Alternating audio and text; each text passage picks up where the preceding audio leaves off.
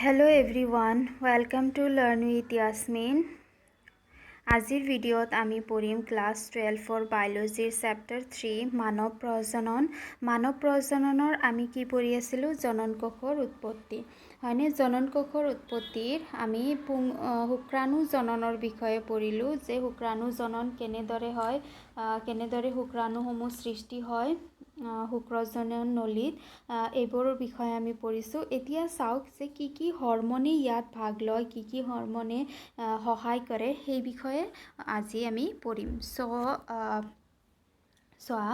যৌৱন প্ৰাপ্তিৰ বয়স হ'লে পুৰুষৰ দেহত জনন কোষ উদ্দীপক হৰমন বিমোচনকাৰী হৰমন তাৰ মানে গনাডোট্ৰপিন ৰিলিজিং হৰমন ক্ষৰণৰ মাত্ৰা যথেষ্ট পৰিমাণে বৃদ্ধি পায় এই হৰমন মগজুৰ হাইপোথেলামাছ অংশত ক্ষৰণ হয় GnRH এইটোৰ মানে হৈছে কি এইটো জনন কোষ উদ্দীপক হৰমন মাত্ৰা অত্যাধিক পৰিমাণে পিটুইটাৰী গ্ৰন্থিৰ অগ্ৰপিণ্ডক অৰিহণা যোগায় ফলত লিউটেনাইজিং হৰমন আৰু ফলিকুল উদ্দীপক হৰমন নামৰ দুবিধ হৰমন ক্ষৰণ হয় তাৰ মানে কি হয় আমাৰ যিটো স্নায়ুতন্ত্ৰ আছে তোমালোকে ফাৰ্ষ্ট ইয়াৰত স্নায়ুতন্ত্ৰ পঢ়িছা অন্তঃস্ৰাৱী গ্ৰন্থিৰ বিষয়ে পঢ়িছা হয়নে তো আমাৰ যিটো স্নায়ুতন্ত্ৰ আছে আমি জানো যে আমাৰ স্নায়ুতন্ত্ৰত দুটা গ্ৰন্থি আছে ওপৰৰ ফালে থকাটো কোৱা হয়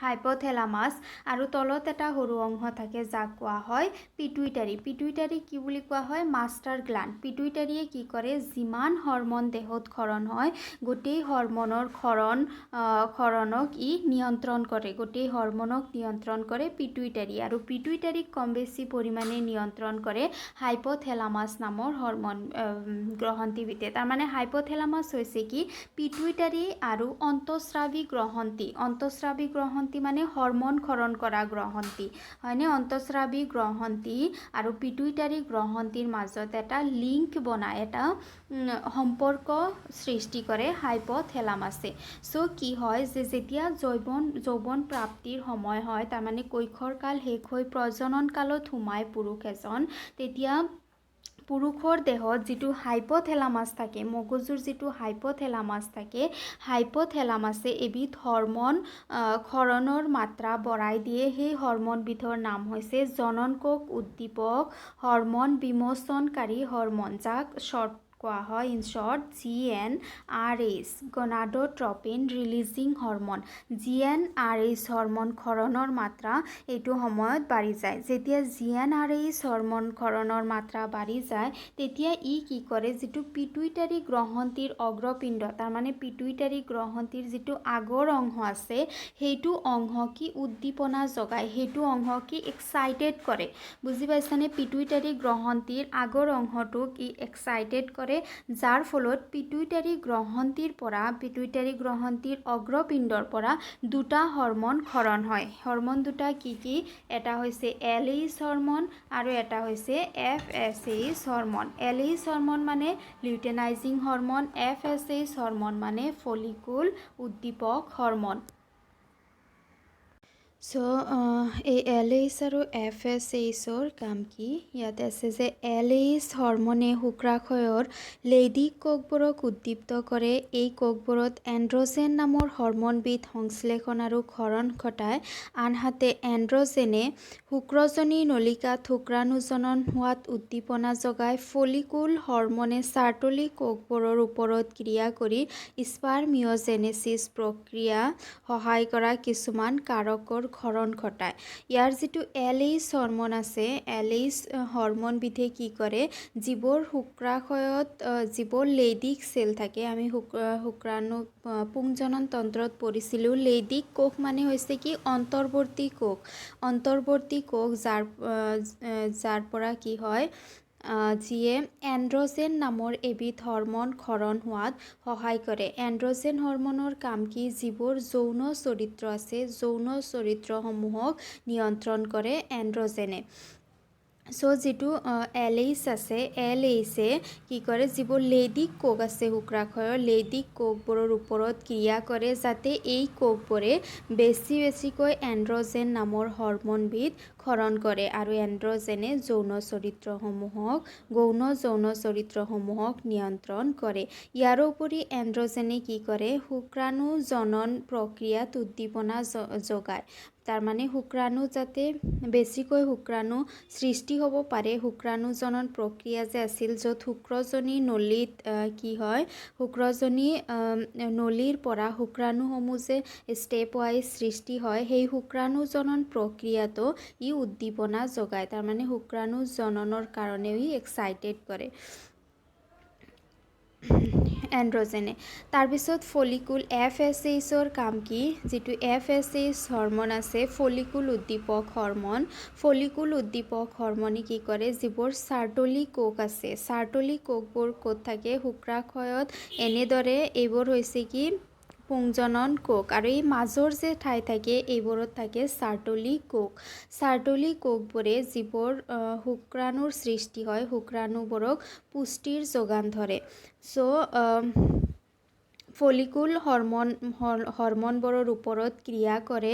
ফলিকুল হৰমনবোৰৰ ওপৰত ক্ৰিয়া কৰাৰ ফলত ই স্পাৰ্মিঅজেনেচিছ প্ৰক্ৰিয়া, তাৰমানে শুক্ৰাণু যে সৃষ্টি হয়, শুক্ৰাণু সৃষ্টি হোৱাৰ পিছত ই পৈণতপ্ৰাপ্ত অৱস্থা এটাত আহিব লাগে, হেড আৰু টেইল থকা শুক্ৰাণু অৱস্থাত আহিব লাগে।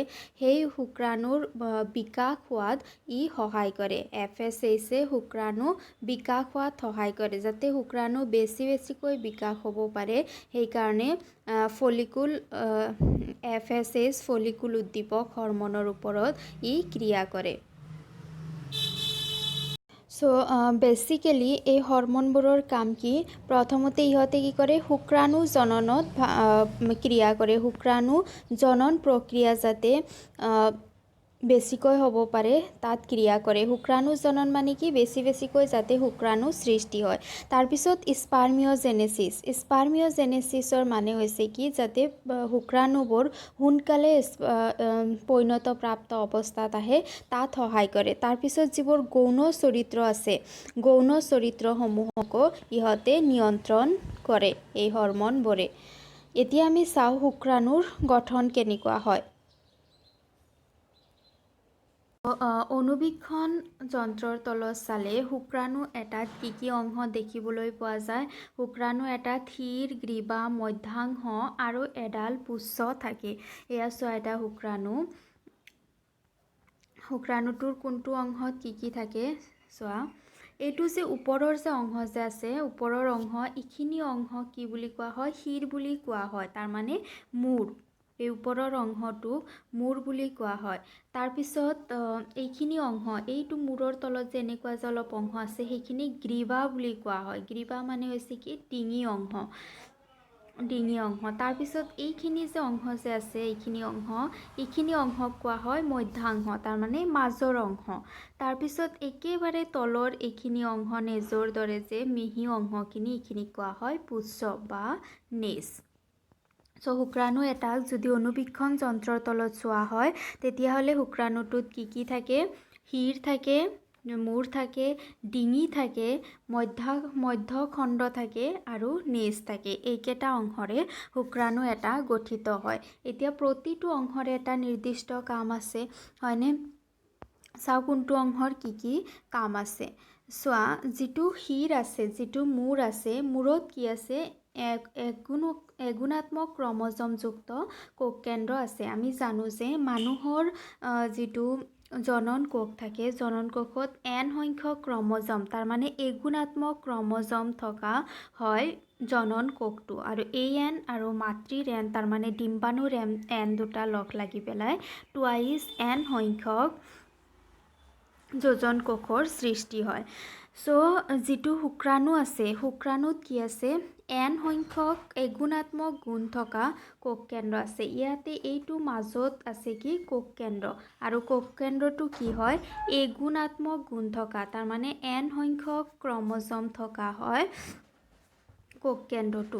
তাৰপিছত মূৰৰ ওপৰত চোৱা, এইখিনি মূৰৰ ওপৰত এনেদৰে এটা টুপিৰ দৰে অংশ আছে, সেইটো অংশক এক্ৰজম বুলি কোৱা হয়। এক্ৰজমৰ কাম কি, এক্ৰজমত বহুত উৎসেচক থাকে। উৎসেচকবোৰে কি কৰে, এক্ৰজমত থকা উৎসেচক উৎসেচকেৰে পৰিপূৰ্ণ হৈ থাকে আৰু এই উৎসেচকবোৰেই ডিম্বাণুৰ নিষেচনত সহায় কৰে। ডিম্বাণুৰ নিষেচনত কেনেদৰে সহায় কৰে? এইটো হয় কি ডিম্বাণু যেতিয়া শুক্ৰাণুটো আহি পেলাই কি হ'ব লাগে, ডিম্বাণুটোৰ লগত ফিউজ হ'ব লাগে, লগ লাগিব লাগে। চ' ডিম্বাণুটোৰ চাৰিওফালে কি থাকে? এটা প্লাজমাৰ আৱৰণি থাকে। শুক্ৰাণুৰ দেহৰ চাৰিওফালেও প্লাজমাৰ আৱৰণি থাকে আৰু ডিম্বাণুৰ দেহৰ চাৰিওফালেও প্লাজমাৰ আৱৰণি থাকে। গতিকে এই প্লাজমাৰ আৱৰণিটো কি কৰিব লাগে? ভাঙিব লাগে আৰু এই প্লাজমাৰ আৱৰণি, ডিম্বাণুৰ প্লাজমাৰ আৱৰণিটো ভঙাত সহায় কৰে এক্ৰজমে। এক্ৰজমত যিবোৰ উৎসেচক থাকে, উৎসেচকে যিবোৰ ডিম্বাণুৰ প্লাজমাৰ যে বাহিৰৰ আৱৰণ থাকে, আৱৰণটো ভাঙি দিয়ে আৰু ইহঁতে কি হৈ যায়? ফিউজ হৈ যায়। তাৰপিছত কি হয়? তাৰ পিছৰ অংশ হৈছে কি ডিঙি। ডিঙিত বিশেষ একো নাই, ডিঙিয়ে জাষ্ট মধ্যাংশ বা পিছৰ অংশখিনিক মূৰৰ সৈতে লগাই ৰাখে আৰু যিটো মধ্যাংশ থাকে, মধ্যাংশত থাকে কি মাইটকণ্ড্ৰিয়া। আৰু আমি জানো যে মাইটকণ্ড্ৰিয়াক কি বুলি কোৱা হয়? শক্তিৰ ভঁৰাল বুলি কোৱা হয়। মাইটকণ্ড্ৰিয়াত খাদ্যবস্তু জমা হৈ থাকে আৰু যিয়ে কি কৰে, যিটো শুক্ৰাণু থাকে, শুক্ৰাণুক শক্তিৰ যোগান ধৰে। কাৰণ শুক্ৰাণু কি হ'ব লাগে? লৰচৰ কৰিব লাগে। শুক্ৰাণুৱে কি কৰে?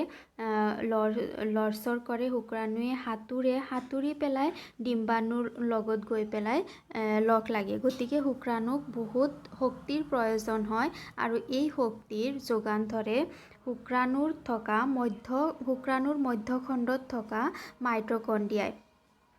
আৰু নেজৰ কাম কি? নেজে কি কৰে? নেজে শুক্ৰাণুটোক নিষেচনৰ সময়ত পুষ্প সঞ্চালনৰ বাবে যিখিনি শক্তিৰ প্ৰয়োজন সেইটোতো মাইটকণ্ড্ৰিয়াই যোগান ধৰে। আৰু নেজে কি কৰে? নেজে সাঁতোৰাত সহায় কৰে। যেতিয়া শুক্ৰাণুটো ডিম্বাণুৰ ওচৰ চাপিবলৈ যেতিয়া শুক্ৰাণুৱে সাঁতোৰে, এই সাঁতোৰাত সহায় কৰে নেজডালে। চ' এইটো হৈছে কি শুক্ৰাণুৰ গঠন। শুক্ৰাণুত কি কি অংশ থাকে? মূৰ অংশ থাকে। মূৰৰ ভিতৰত কি থাকে? কোষকেন্দ্ৰ থাকে। কোষকেন্দ্ৰ কিয় থাকে? কোষকেন্দ্ৰত ক্ৰমজম থাকে। 23ডাল ক্ৰমজম থাকে। গুণাত্মক হয়, তাৰমানে 23ডাল ক্ৰমজম থাকে। এইবোৰৰ কাম কি? যে যেতিয়া সন্তান এটা জন্ম হয় কিহৰ পৰা? যিটো শুক্ৰাণু আছে, শুক্ৰাণু আৰু ডিম্বাণু লগ লাগি পেলাই যোজন কোষৰ সৃষ্টি কৰে আৰু যোজন কোষৰ পৰা 9 মাহ সময় লৈ পেলাই সৰু কেঁচুৱা এটা জন্ম হয়, সন্তান এটা জন্ম হয়। আৰু সন্তানটো জন্ম হোৱাৰ পিছত কিছুমান চৰিত্ৰ পিতৃৰ দেখিবলৈ পোৱা যায় আৰু কিছুমান চৰিত্ৰ মাতৃৰ দেখিবলৈ পোৱা যায়। এই পিতৃৰ চৰিত্ৰসমূহ কিহৰ সহায়ত আহে? যিটো কোষকেন্দ্ৰত যিবোৰ ক্ৰমজম আছে, এই ক্ৰমজমবোৰে পিতৃৰ চৰিত্ৰসমূহ সন্তানৰ দেহলৈ লৈ আহে। তাৰপিছৰ কি হয়? মূৰৰ ওপৰৰ ফালে এটা টুপিৰ দৰে অংশ থাকে, যাক এক্ৰজম বুলি কোৱা হয়। এক্ৰজমত যিবোৰ উৎসেচক থাকে, উৎসেচকে কি কৰে? যিটো ডিম্বাণুৰ চাৰিওফালৰ প্লাজমাৰ আৱৰণি থাকে, সেই আৱৰণিটো ভাঙি দিয়াত সহায় কৰে, যাতে ইহঁতে সহজে কি হ'ব পাৰে? ফিউজ হ'ব পাৰে, সংলায়ন হ'ব পাৰে ইহঁতৰ। তাৰ পিছৰ অংশটো হৈছে কি গ্ৰীবা, যিয়ে মূৰ অংশ আৰু ইয়াৰ যিটো মধ্যাংশ আছে এই দুটাক সংযোগ কৰি ৰাখে। গ্ৰীবা মানে হৈছে কি ডিঙি। তাৰপিছত মধ্যাংশত থাকে কি মাইটকণ্ড্ৰিয়া। মাইটকণ্ড্ৰিয়াত শক্তি জমা হৈ থাকে, যি শক্তি ব্যৱহাৰ কৰি যিটো শুক্ৰাণু আছে, শুক্ৰাণুটোৰ চলাচলত মুভমেণ্টত সহায় হয়। তাৰপিছত নেজে শুক্ৰাণুক সাঁতোৰাত সহায় কৰে। এইটো হৈছে শুক্ৰাণুৰ গঠন। বহুত ইম্পৰ্টেণ্ট হয়, এক্সামত আহিয়ে থাকে শুক্ৰাণুৰ গঠন। যেতিয়া প্ৰজনন হয়, প্ৰজননৰ সময়ত পুৰুষে প্ৰায় 200 পৰা 300 মিলিয়ন শুক্ৰাণু নিক্ষেপ কৰে। পুৰুষৰ স্বাভাৱিক উৰ্বৰতা জননক্ষমৰ বাবে এইবোৰৰ ভিতৰত কমেও 60% শুক্ৰাণু স্বাভাৱিক আকাৰ আৰু আয়তন সম্পূৰ্ণ হোৱাৰ উপৰিও 40% শুক্ৰাণু তেজস্বী গতিশীলতা সম্পূৰ্ণ হ'ব লাগে। তাৰমানে কি হয় যে যেতিয়া প্ৰজনন হয়, প্ৰজননৰ সময়ত যিবোৰ শুক্ৰাণু পুৰুষে নিক্ষেপ কৰে স্ত্ৰী জননাংগলৈ, তেতিয়া 200 পৰা 300 মিলিয়ন শুক্ৰাণু নিক্ষেপ হয় আৰু ইয়াৰে 60% শুক্ৰাণু কি হ'ব লাগে? হেল্ডি শুক্ৰাণু হ'ব লাগে আৰু তাৰে 40% শুক্ৰাণু গতিশীলতা সম্পূৰ্ণ, তাৰমানে ফাৰ্ষ্টলি মুভ কৰিব পৰা শুক্ৰাণু হ'ব লাগে। এতিয়া চোৱা শুক্ৰাণুসমূহ ক'ত সৃষ্টি হয় আমি জানো শুক্ৰাণুসমূহ শুক্ৰজনী নলিকাত সৃষ্টি হয়। শুক্ৰজনী নলিকাত শুক্ৰাণুসমূহ ছাপ'জ এইটো হৈছে কি শুক্ৰজনী নলিকাত যেতিয়া শুক্ৰাণুসমূহ সৃষ্টি হয় তেতিয়া ইহঁতে পুংজনন নলীৰ সহায়ত ইয়াক এৰি দিয়ে ক'ত এপিডিডাইমিছ নামৰ যিটো নলী থাকে আমি পাইছোঁ এপিডিডাইমিছ কি হয় নলী হয় পাইপৰ দৰে ষ্ট্ৰাকচাৰ হয় সেইটোত এপিডিডাইমিছত এৰি দিয়ে। তাৰপিছত এপিডিডাইমিছৰ পৰা ই ক'ত যায় শুক্ৰবাহকত যায়। এপিডিডাইমিছৰ ওপৰৰ অংশ যাক শুক্ৰবাহক বুলি কোৱা হয়। শুক্ৰবাহকত পাইগৈ শুক্ৰবাহক পোৱাৰ পিছত যিবোৰ পুৰুষৰ পুংজনন তন্ত্ৰত যিবোৰ গ্ৰহন্থি থাকে যেনেকুৱা শুক্ৰস্থলী প্ৰটেষ্ট গ্ৰহন্থি কাউপাৰ গ্ৰহন্থি এইবোৰ গ্ৰহন্থিয়ে কিছুমান পদাৰ্থ ক্ষৰণ কৰে। কোনবিধ পদাৰ্থৰ কি কাম আমি আগৰ ভিডিঅ'ত আলোচনা কৰিছোঁ। চ' যেতিয়া শুক্ৰবাহকত যায় শুক্ৰবাহকত যোৱাৰ পিছত শুক্ৰস্থলী গ্ৰহন্থিয়ে কিছুমান পদাৰ্থ ক্ষৰণ কৰে। ছাপ'জ এইটো শুক্ৰস্থলী গ্ৰহন্থি ই কিছুমান পদাৰ্থ ক্ষৰণ কৰিব। তাৰপিছত ইয়াত আছে প্ৰটেষ্ট গ্ৰহন্থিয়ে কিছুমান পদাৰ্থ ক্ষৰণ কৰে। কাউপাৰ গ্ৰহন্থিয়ে কিছুমান পদাৰ্থ ক্ষৰণ কৰে। চ' যিবোৰ পদাৰ্থ ইহঁতে ক্ষৰণ কৰে সেইবোৰ পদাৰ্থক কি বুলি কোৱা হয় জীৱ দ্ৰব্য চেমিনেল প্লাজমা সক্ৰিয় জীৱ দ্ৰব্য বুলি কোৱা হয়। চ' শুক্ৰাণুটো এইবাৰ কি হয় শুক্ৰাণুটো গৈ পেলাই যিবোৰ জীৱ দ্ৰব্য আছে শুক্ৰাণু জীৱ দ্ৰব্য সক্ৰিয় জীৱ দ্ৰব্যৰ সৈতে লগ লাগে। সক্ৰিয় জীৱ দ্ৰব্যৰ সৈতে যেতিয়া ইহঁতে লগ লাগে তেতিয়া শুক্ৰাণুখিনিক বীৰ্য বা শুক্ৰ বুলি কোৱা হয়। চ' অতিৰিক্ত পুংজনন নলী গ্ৰহন্থিবোৰ কাৰ্য শুক্ৰাশয়ৰ এণ্ড্ৰজেনৰ দ্বাৰা পৰিচালিত হয়। চ' বাকী যিবোৰ কাম থাকে সেইবোৰ যিবোৰ এণ্ড্ৰজেন নামৰ যে হৰমন আছে হৰমনবিধে পৰিচালনা কৰে। বুজি পালানে? শুক্ৰজনী নলিকাত শুক্ৰাণুসমূহৰ যেতিয়া সৃষ্টি হয় তেতিয়া ইহঁতে পুংজনন নলীত এই শুক্ৰাণুসমূহক এৰি দিয়ে। তাৰপিছত পুংজনন নলীৰ পৰা ইহঁতে গতি কৰে আমি জানো যে 40% শুক্ৰাণু গতিশীলযুক্ত হয়। গতিকে ইহঁতে ইপিডিডাইমিছ নলীত ইহঁতে গতি কৰে। ইপিডিডাইমিছৰ পৰা ক্ৰমে শুক্ৰবাহক নলীত গতি কৰে। এনেদৰে আগবাঢ়ি থাকোঁতে ইহঁতে শুক্ৰস্থলী পায়। শুক্ৰস্থলী এবিধ গ্ৰহন্থি হয় যিয়ে কিছুমান পদাৰ্থ ক্ষৰণ কৰে। তাৰপিছত প্ৰটেষ্ট গ্ৰহন্থিয়ে কিছুমান পদাৰ্থ ক্ষৰণ কৰে। কাউপাৰ গ্ৰহন্থিয়ে কিছুমান পদাৰ্থ ক্ষৰণ কৰে আৰু এই পদাৰ্থসমূহ গৈ পেলাই কি হয় যিটো শুক্ৰাণু থাকে সেইটোৰ সৈতে লগ লাগে আৰু এই পদাৰ্থসমূহক কোৱা হয় সক্ৰিয় জীৱ দ্ৰব্য। যেতিয়া শুক্ৰাণু সক্ৰিয় জীৱ দ্ৰব্যৰ সৈতে লগ লাগে তেতিয়া তাক বীৰ্য বা শুক্ৰ বুলি কোৱা হয়। আৰু অতিৰিক্ত পুংজনন নলী আৰু গ্ৰহন্থি তাৰমানে এই যে গ্ৰহন্থিবোৰ বিষয়ে যে আমি পঢ়িলোঁ শুক্ৰস্থলী প্ৰটেষ্ট গ্ৰহন্থি কাউপাৰ গ্ৰহন্থি এইবোৰ গ্ৰহন্থিয়ে কেতিয়া কি সক্ৰিয় জীৱ দ্ৰব্য ক্ষৰণ কৰিব সেইটো নিয়ন্ত্ৰণ কৰে এণ্ড্ৰজেন নামৰ হৰমনবিধে গোটেইখিনি নিয়ন্ত্ৰণ কৰে। চ' আজিৰ ভিডিঅ'ত আমি কি পঢ়িলোঁ যে শুক্ৰাণুজনন তাৰপিছত তোমাৰ আছিল কি স্পাৰ্মিঅজেনেচিছ আৰু যিবোৰ গৌণ যৌন চৰিত্ৰ আছে এইবোৰত কি হৰমনে ভাগ লয়। তাৰপিছত আমি পঢ়িলোঁ কি শুক্ৰাণুৰ গঠন কেনেকুৱা শুক্ৰাণুসমূহ কেনেদৰে কোনটো অংশৰ পৰা কোনটো অংশত কিদৰে পৰিবাহিত হয় কেনেকৈ সক্ৰিয় জীৱ দ্ৰব্য ক্ষৰণ হয় লগ লাগে সেই বিষয়ে আমি পঢ়িলোঁ। নেক্সট ভিডিঅ'ত আমি পঢ়িম ডিম্বাণু জননৰ বিষয়ে। চ' যদি ভিডিঅ' ভাল লাগিছে তেতিয়াহ'লে লাইক কৰিবা বন্ধু বান্ধৱৰ সৈতে ভিডিঅ' শ্বেয়াৰ কৰিবা আৰু চেনেল ছাবস্ক্ৰাইব কৰিবা। Thank U.